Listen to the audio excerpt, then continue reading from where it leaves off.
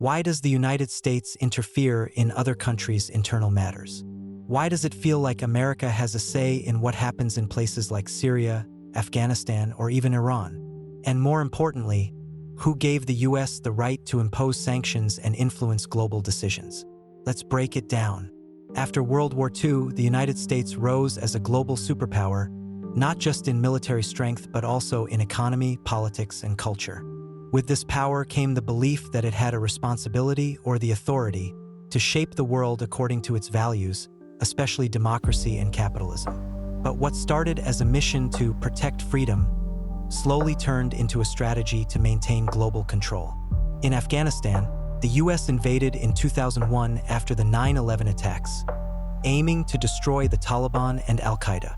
But what followed was a 20-year-long occupation with the goal of rebuilding the nation under a democratic system. In Syria, the US got involved to oppose the Assad regime, citing humanitarian reasons and chemical weapon use, but it also wanted to limit Russian and Iranian influence in the region. In both cases, the interference was not just about justice, it was about strategy, power, and control over key regions. But interference doesn't always come with tanks and troops. It also comes in the form of economic sanctions. So what exactly are sanctions? Sanctions are financial or trade restrictions that a country, usually a powerful one like the US, places on another country to pressure it into changing certain policies or behaviors.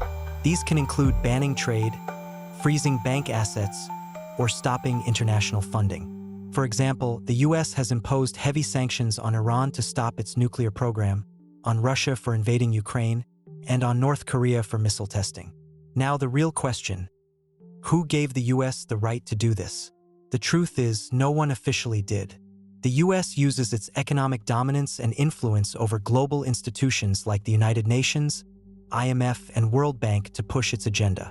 Because most countries rely on the US dollar and its markets, American sanctions carry global weight.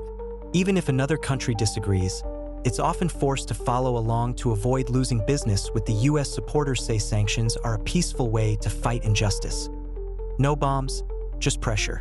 But critics argue they hurt ordinary people more than politicians and are used as tools of modern economic warfare. So, when America steps into another country's business, it's not always about helping. Sometimes it's about maintaining its role as the world's referee, enforcer, and economic gatekeeper, all rolled into one. Whether that's right or wrong is up for debate. But one thing is certain: when America moves, the world reacts.